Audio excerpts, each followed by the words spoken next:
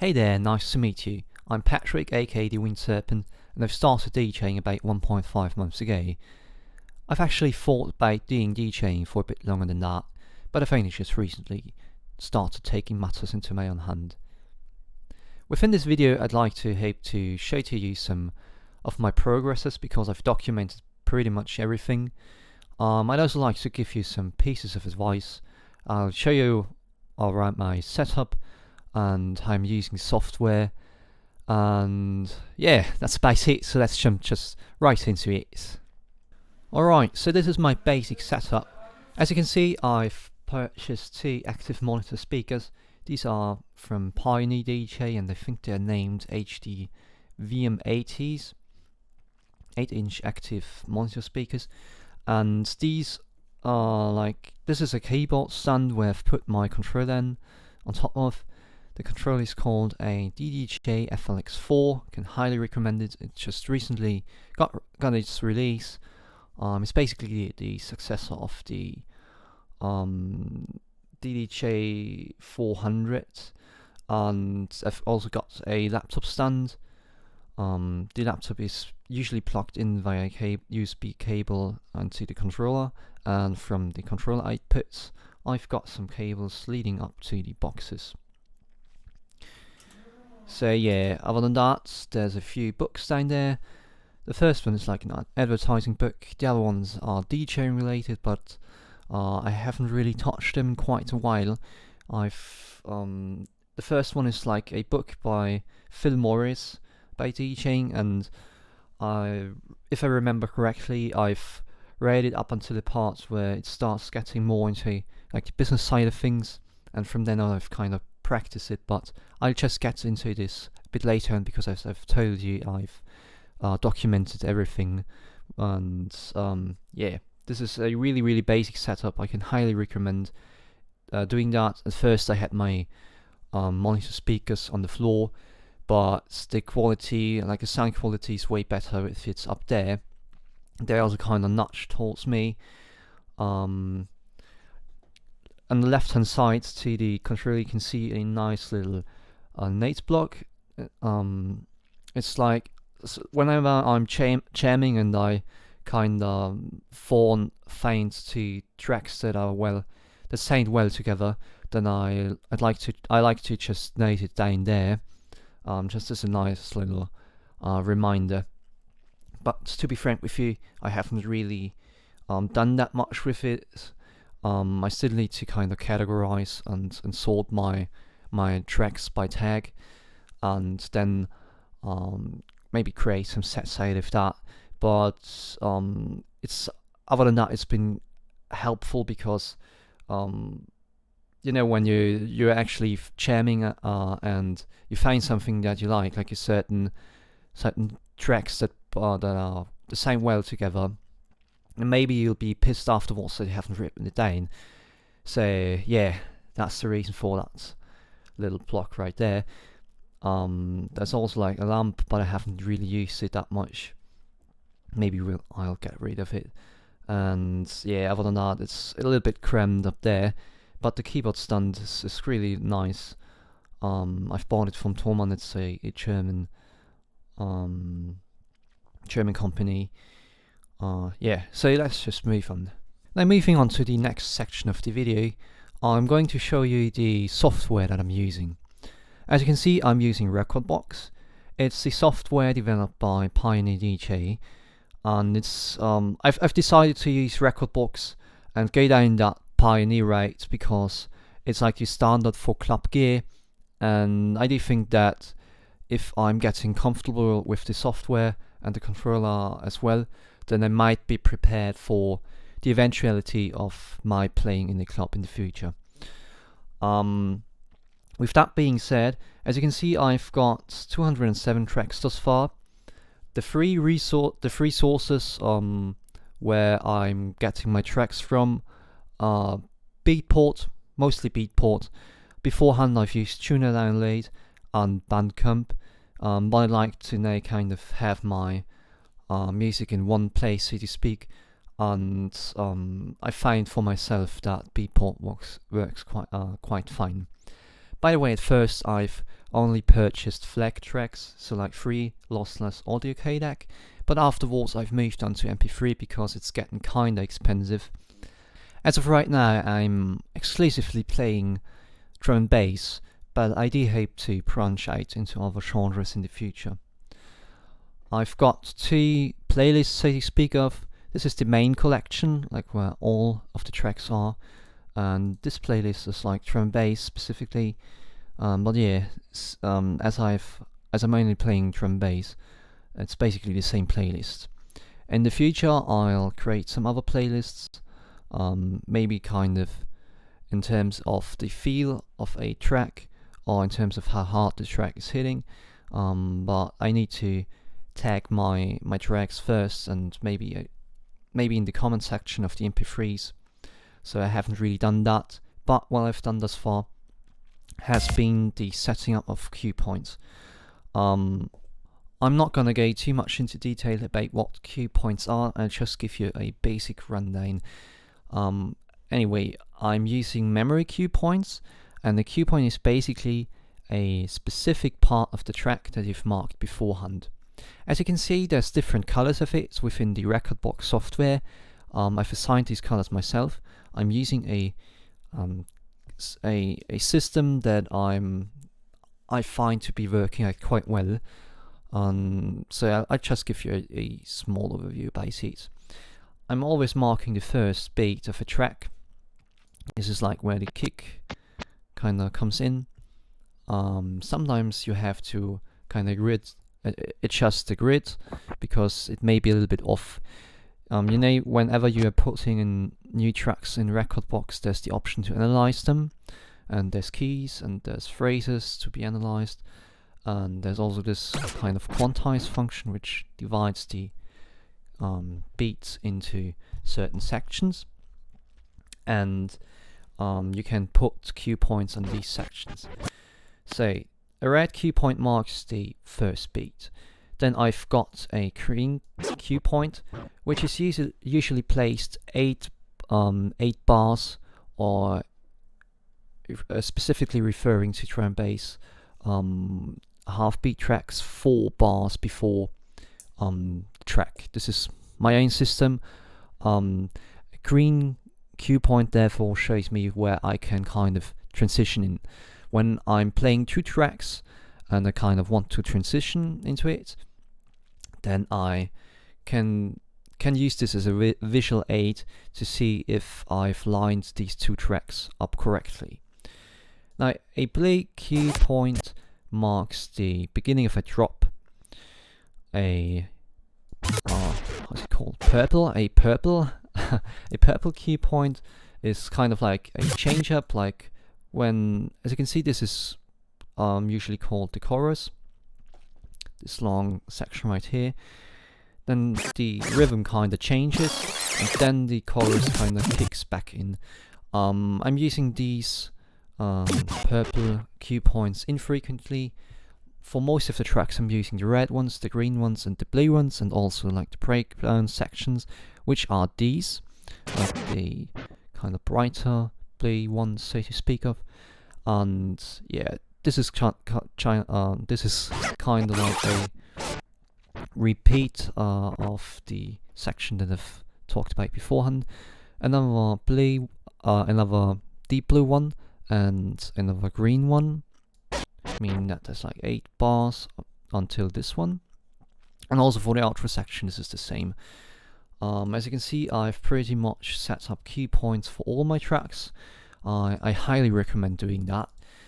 It's just a really, so to speak of, a fail-safe way to get your transitions right.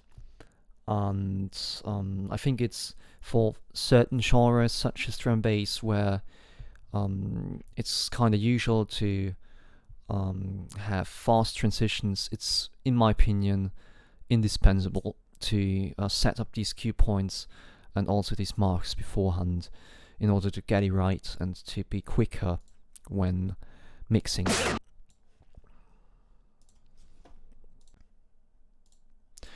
By the way, there's also other pieces of information that you can add to your memory queues. You can also name them, and as I've told you before, in halftime, let's search for a track. Like this one is 87 BPM. I've put the cue points like 4 bars before another section. Now I'm not going too much into detail about what a bar and a beat is. I'll just give you a rough overview once again. A bar is usually 4 beats long, and there's also phrases, and a phrase consists of a certain amount of bars. Like in pop songs, it's usually like 8 bars, but for longer intros, it may even be like 16 or 32 bars. And this is just kind of like how the songs are structured. But back onto the topic. For halftime drum bass tracks, I'm using 4 bars because it's not that uncommon for me to switch between, let's say, 87 BPM and 174 BPM, and the speed is basically the same, but the quantization is different. And in order to kind of get this perfectly aligned, I need to set the cue point 4 bars earlier than I would for a 174 BPM track. Otherwise, it would be too long, respectively too short. Well, yeah, you just gotta experiment a little bit with it and see what works for you. Since I'm usually relying on visual cues, of course, I've also learned to kind of beat match better, but it's easier and faster to, in my opinion, to rely on these visual cues. It's another thing that's indispensable for me. So, yeah, I can highly recommend doing that and being mindful basically about the BPM that you're using, and just kind of see if whenever you're mixing, if these bars align, or more specifically in this regards the cue points. Another thing that you really need to be mindful of is where you store your database at. So the database usually refers to the place where your files are stored, like music files, but also cue points. At first I've stored my database locally, but I quickly find out that this is not really that good, because I'm using multiple PCs, and I usually kind of, whenever I set up cue points, I've done it on this PC, like the main PC, so to speak, my working station. But when I'm mixing, I'm using my other PC, and so the transfer hasn't really worked out that well, until I decided to move my database from my PC to USB stick. And this really has helped me tremendously, so I'd highly recommend you do that straight off the bat. There's also some options kind of flying around the internet, or like some pieces of advice regarding your saving the database on the cloud service other than the one that's being provided by Rekordbox. But this is a little bit more complicated and more time consuming, and I've also tried it out, but it didn't really work for me, and I didn't want to invest too much time in that, so I've just moved it onto the USB stick, and now I'm kind of fine with that. So this concludes my short overview about Rekordbox. Now I'll be showing you another piece of software that I highly recommend. Another piece of software that I highly recommend is called OneTagger. As the name suggests, it's a tagging software, and I'll just quickly show you what I've done thus far within this piece of software. Mostly when I'm downloading new tracks, there are certain parts stored within the metadata that are unnecessary, and that you don't want. For example, like the track number within an album. I usually delete this piece of metadata right away, and there's also another piece that I usually delete, and it's like a comment referring to where I bought the track at. For example, like bought at Beatport. As you can see in this overview, you can easily change these pieces of information, and you can also add some new pieces of text. So this, I'm just kinda running through new tracks and editing all the necessary pieces of information before I'm importing them into Rekordbox. So I'd highly recommend getting this one because it makes your life really a lot easier. Alrighty, now that I've shown you what types of equipment I'm using, respectively how I've set up my software, I'd like to get more into the aspect of progression. As I've stated beforehand, I've been documenting my progress, and I've done so in two ways. First of all, I've been using Obsidian. It's a piece of software mostly dedicated to note-taking. It's also usually referred to as the second brain. I've been using it in, well, two different ways, once again. First of all, I've documented what I've done on certain days. Most of the time, spoiler alert, most of the time, I've just written down like jamming session. But I've also like documented when I bought new tracks. And the second kind of application of this program has been my documenting related pieces of information in regards to DJing. For example, when I read a blog post, or when I've stumbled upon an interesting video by Djing, then I've also used Obsidian so as to kind of note down important pieces of information. And the second piece of software that I've used to document my progress has been Rise. Now Rise, to put it succinctly, Rise is a software which allows you to track your time, and I've usually used it in order to determine how long I, for example, want to jam. For example, like aside a time block of 45 minutes of jamming. And well, spoiler alert, most of the time I've been doing this then longer because I just kind of got into the flow. But yeah, it also helped me to get a rough understanding about how much time I've put into DJing thus far. Alright, now I'm in Obsidian, and this is the overview. As I've talked about before, I've documented what I've been doing, and I've actually started unboxing the FLX4 at the last day of the last year, and I've set up my workstation. Now, FYI, my workstation hasn't been as complete as it's right now. At first I only had a keyboard stand, a laptop stand, headphones, and of course the laptop with the controller. I've gotten the boxes, like the speakers and the monitor stands later on. This is a basic kind of setup that I recommend, and that's also been recommended over the internet. And in the first week, it's been a little bit more rational, so to speak.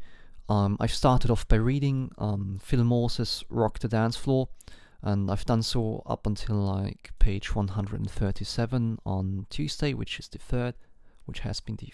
3rd of January. And I've also, and this is really important in my opinion, I've also started organizing my files really early on and thinking about where I want to go.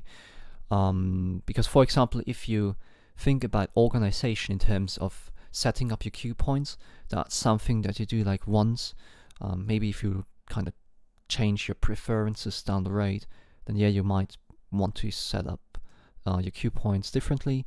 But generally speaking, you do it once and then you're set. And you might really want to think about organizing your whole setup early on. It saves you time down the road, and it's also really easier to kind of find your files, or to kind of like sort them on the go. So yeah, this is something that I've done early on, and as I said, I've used one tagger. I've also decided to buy MP3s in order to save time. Now there's still the whole debate going on about the difference in quality of the audio regarding to MP3s, respectively FLAC or other lossless audio codecs. And there's not really a settlement. I think, in my opinion, it depends on your preference. Me, I'm not somebody that has that much money. I'm trying to save a little bit, and so I've decided to buy MP3s, and the quality is still quite good. This might change in the future when possibly the scenario arises that I'm using higher end gear, then I might want to switch onto FLAC. FYI, on Beatport there's the option to buy MP3s and to kind of upgrade your MP3s later on to FLACs. Now, this is a really tricky part if you want to upgrade your MP3s later on, because you have to think about the fact that if you buy FLAC later on, then it's a different file, meaning you'll need to reorganize your MP3s and also probably, or most definitely, your cue points.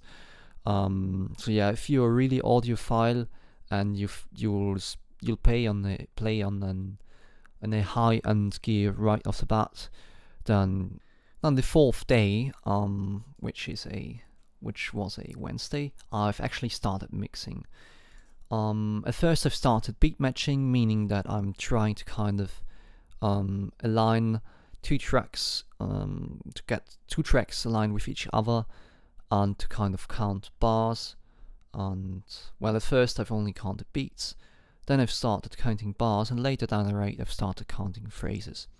Now in this video I'm not going too much into the differences about these ones, but only like talking about beat matching a little bit. It's basically like where you talk to 1, 2, 3, 4 in the rhythm of the track, meaning the BPM, say to put it roughly. I've also started organizing my songs a bit more. Now this is a recurring theme because I've done this all throughout the whole journey of my trying to learn DJing. At first day, the same thing happened. I've started mixing once again, and I've also played a little bit around with hotkeys, but I haven't really used them that much. And also further down the road, I haven't used them that much either. Anyway, on Friday, I've noted that this was the best session thus far. I've actually started being more cognizant of phrases, and yeah, I've also really started loving and enjoying DJing, and also really the practical side of things, like just jamming out, taking a little bit of time of the evening, and yeah, just doing my thing. And Saturday, as you can see, I've purchased 10 tracks. I've practiced for about 2 hours, and I've also started approaching phrases a little bit more methodically, because it's for those of you that use Rekordbox, but also probably other pieces of software related to DJing, there's a nice little overview about your bars whenever you are playing a track, and I've kind of tried to approach it a little bit mathematically, and to kind of count it that way, and to match up the tracks according to these numbers. And yeah, this has been week 1 in a nutshell. On week 2, as you can see, it started off a little bit, disappointing. And this is also where I've started to notice that some tracks haven't been properly quantized. Now, quantization is a feature which divides the tracks into certain sections, and on some tracks the analyzation feature of Rekordbox is not that accurate, respectively hasn't been that accurate, and in this case you need to set up the grid manually. And yeah, just get a little bit into what I've done afterwards. Yeah, I've just started to, this is kind of where I've started to developing a sense, a sort of feel of improving the transitions, so to speak, to kind of get a feel of the volumes, to not like kick in the track like 100% whenever I'm doing a transition, to just also be kind of mindful. I started kind of being a little bit more mindful in terms of blending in mids. And yeah, up until this I've just done hard bass swaps. FYI, a hard bass swap, so to speak, is like where your bass knob, or the bass knob of the incoming track is like turned all the way down, and whenever there's a drop, you kind of change up the positioning of the current track that's playing, and you mix in the new track with the full bass into it. Yeah, now I'm going to move on a little bit further. By the way, if you want to, you can of course stop the video and read everything in detail, but I don't want to take up too much of your time for that. I'm just going to really give you a rough overview about what's been happening. Yeah, within the first few weeks, I've actually really focused on practicing beat matching by ear. Further down the road, I've kind of strayed from that path. Now I'm just more of a visual person in this regard, so to speak. And I'm also you may refer to me as somebody who's like, what do you call him, like a waveform DJ in my current stage. But yeah, just a heads up, this is of course an opinion, but even if you are beat matching by only by like referring to the waveforms, in my opinion, the organism, respectively the psyche or you yourself, are still picking up the different differences, like, so to speak. You're still priming your organism, but you're not being that cognitive. Moving on to the third week, I've purchased some more tracks. I've still continued on placing cue points. As you know, when I haven't done this like straight up in one setting, so to speak of. I've done this continually throughout my whole journey of aiming to like learning DJing. And yeah, this was like actually a crazy session right there. I set my cue points like for 4 hours, and yeah, but it was still really, really nice because, as I've mentioned, like, I've learned a lot about the tracks. Anyway, then I started doing some more practice sessions, had some more jamming sessions, and I've actually started relying on other features of my controller, mostly beat jump, which was now really easy to do because I've set up these memory cue points, and then I could just like use the beat jump feature to move back like 4 bars, 8 bars, 16 bars, and to start the transitions of the new track even earlier than that, like even earlier than the set cue points. So yeah, within week 4 I've set up some more cue points, purchased more tracks, and had some nice training sessions. And then there's like, as you can see right there, I've continued on using the beat jump features, got more used to it, and then I've also tried out something different, or rather something that I haven't been that cognizant of beforehand, namely mixing key, that is mixing harmoniously, so to speak.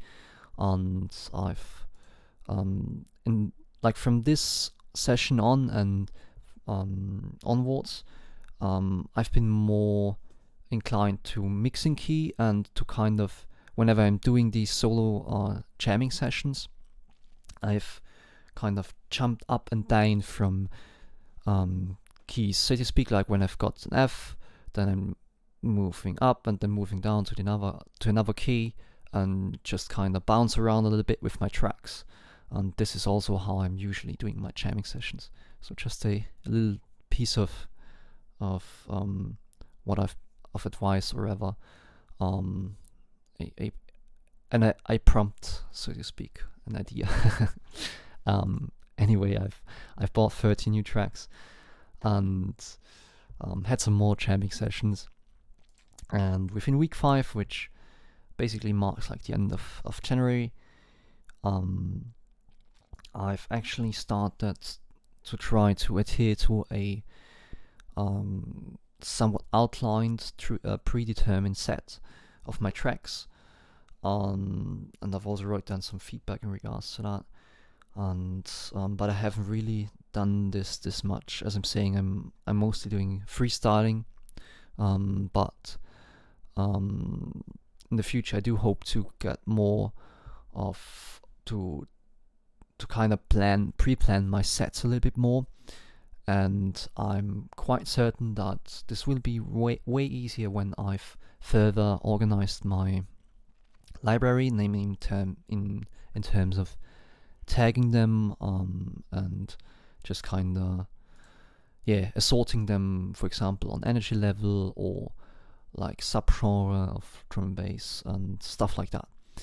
But yeah, moving on to February, I've had some more jamming sessions, set up some more cue points, and bought some new tracks.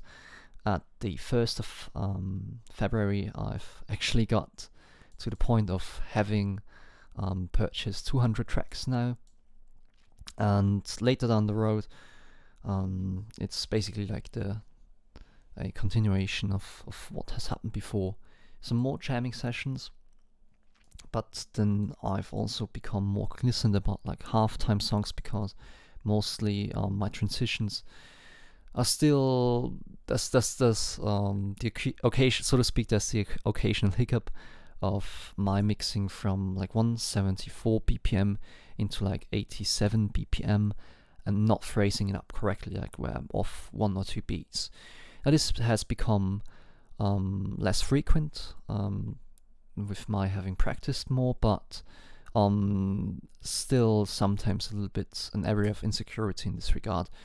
So this is what I've written down there basically. And on Friday, at the 3rd of February, I've watched some videos about key setting, and then I've revamped some old cue points and set some more cue points, because at first I didn't. Like, even though I've set cue points for most of the tracks, there have been some tracks where I've only set like cue points on the first beat or the last beat, but I've skipped some drops.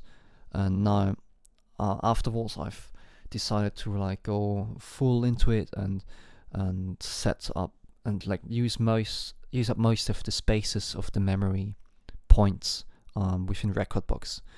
In Rekordbox there's like 10 spots for memory cue points for each track. So yeah, this is what I've done there. And yeah, this is also where I've started getting more of a feel and kind of associating the feel with a theoretical aspect. Namely, I've thought about, like, for example, if you think about phrases, and you think about like your 4 or 8 bars, like parts of a phrase before the new track kicks in, then you might use this as a sort of reference point where your volume fader is at, or even your high, respectively low or mid knobs.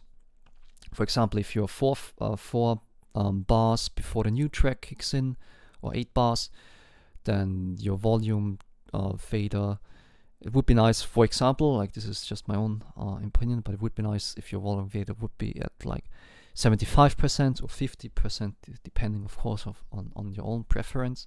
but this is something that I've kind of started connecting the dots. So yeah, then later down the road, like this, the last week, respectively weeks, were mostly jamming sessions, and I haven't really written down that much. I bought 7 new tracks, and I've got 207. And within the last few days, I was actually really, really busy. I haven't done that much, except some jamming sessions, but my jamming sessions are usually quite long, so like 1 hour or like even up to 2 hours or longer than that. And yeah, this basically concludes my documentation in Obsidian. Now I'm going to show you a little bit about my documentation in Rise. So now we are in Rise, and as you can see, this is like the timely aspect, so to speak, of my DJing journey. I've roughly spent 50 hours doing it, but as I've mentioned beforehand, in my short disclaimer, it's probably longer than that, or most definitely longer than that, because learning how to DJ is in my opinion, an aspect which also takes place whenever you are listening to music, when you are selecting your tracks, when you're listening to mixes, and when you're being cognizant of what somebody else, like a different DJ does. So yeah, this year, as you can see in January, I've spent about 35 hours honing the craft. And in February thus far, I've spent about 14 hours. This is kind of like the week. So like yesterday, I haven't done this much. I've actually done a little bit longer than that, because at the evening I've had one friend over and I've done a jamming session, but unfortunately I haven't used Rise to record it. And the monthly overview about February, as you can see, most of it is just referring to mixing. Basically, music preparation is referring to setting up cue points. Documenting means that I'm for example, watching a YouTube video about it, or like reading a blog post or a part of a book about it, and like jotting down the important pieces of information. And yeah, this is basically just like a bar chart of what has happened so far within this month. And this is the bar chart of January. Also, yeah, like this was probably like the longest that I've done on a different day. On average, you could say that I've spent like 1 to 1.5 hours each day honing the craft. And on Thursday, if you remember from the other section, this was like the day where I've set up cue points like a madman and spent 4 hours doing that.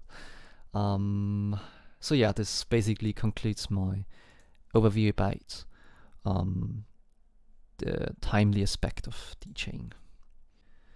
So this basically concludes the main section of my video about my personal progress in terms of acquiring the skill of DJing. Before I'll move on and kinda give you the most important tips in a nutshell, I'd like to encourage you to, well, possibly like this video and subscribe to my channel.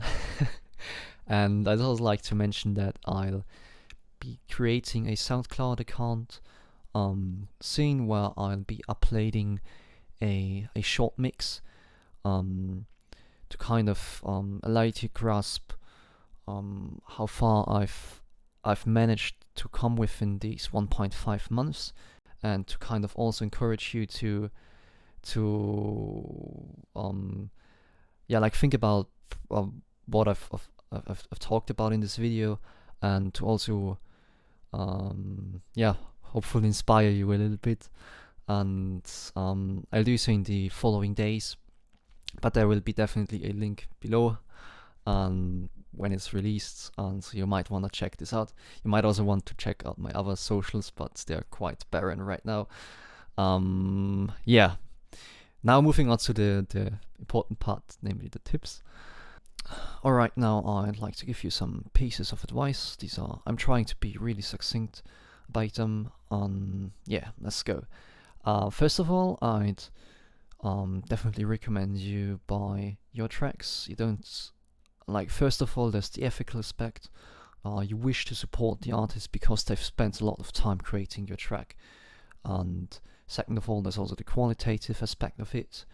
Whenever you're trying to rip off tracks off of SoundCloud, let's say, or YouTube, they're encoded in a low quality format, and when you're playing them out a little bit later or on better speakers, then you can definitely notice the difference. I would not recommend downloading them illegally. My go-to sources, as mentioned beforehand, are Bandcamp, Tuner Download, and Beatport. I've been using Beatport mostly, all of the time since about 3 or 4 weeks, just in order to have one single website where I'm buying all my files from. But if you're a little bit more socially inclined, then you might want to use Bandcamp because artists get a bigger share of the revenue from that site. Other than that, I'd also highly recommend investing in a good pair of quality headphones. In my case, I'm using Sennheiser HD25. I hope I've used the correct term there. They're a bit the standard, so to speak, but you could also get away with cheaper headphones. Other than that, also get some nice studio, respectively, other audio monitors, depending on where you want to go with your whole journey.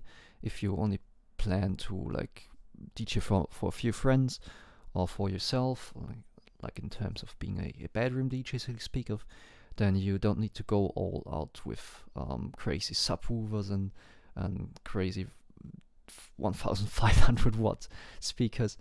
But yeah, this is also something that I would highly recommend you to think about where you wish to go with your journey, because if you for example wish to play in clubs, then you might really think about getting into Pioneer in order to be better prepared for that. But it's also, of course, doable with other pieces of equipment. For example, Deno has got some really good controllers. But yeah, there are also other marks, and just search around a bit, read about the different features, and then pick what you like. As a beginner DJing controller, I definitely recommend the FLX4. And yeah, now I'm moving on to this piece of the puzzle. I like to talk about organizing a little bit. This is really important. Try to tag your tracks. Try to set up cue points as early on as possible, because once you've set them, you're set up for life. And other than that, just listen to music whenever you've got time to just check out some nice mixes. Think about the track selection. Bonus points also if a DJ is mixing and you can see what he's doing. Just try to observe a little bit and maybe use some of these unintended hints, so to speak of, for your own practice. And yeah, jamming regularly, of course, is a must.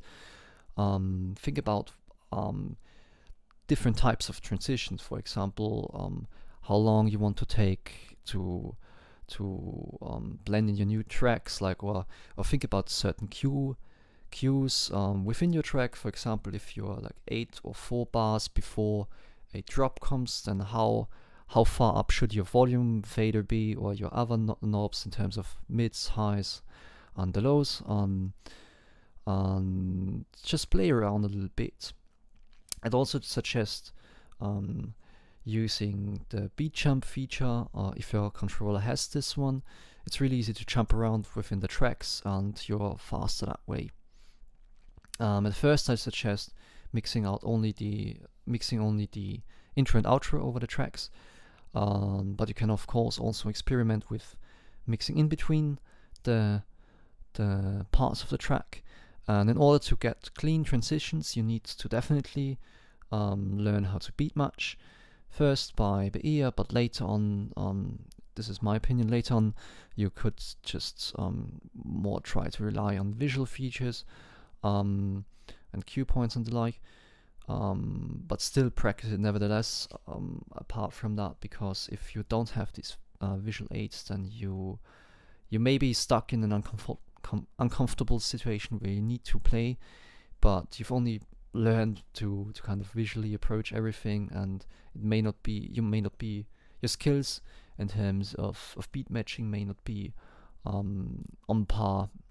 And so yeah, in my opinion, it's really important to get the basics down, namely what are beats, what are bars, what are phrases, and yeah, just kind of go along with this. And this is just what I've been doing this far. It's been a really, really pleasant journey so far, and I hope to kind of have imparted some nice ideas and pieces of knowledge to you. And as I've stated beforehand, I'll be uploading a mix so that you can kind of see how far I've managed to come within 1.5 months, and I really hope to inspire you and to further, well, go down this route. And yeah, that basically concludes my video. Thank you for watching parts of it, or in the unlikely case that you watched everything, thank you for this. Huge thanks for that. And yeah, I'll try to be a little bit more regular in terms of uploading my progress in the future. As you know, or as you probably don't know, but I'm trying to kind of acquire different skills, and I'm trying to kind of document my way.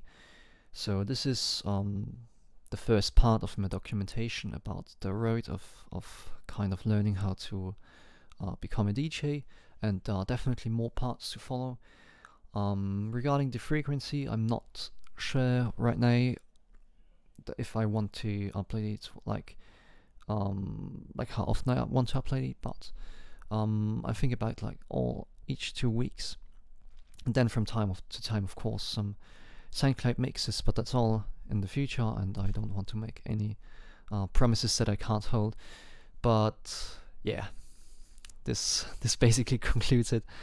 Thank you once again for your time, and I wish you the best of luck and huge success in your journey.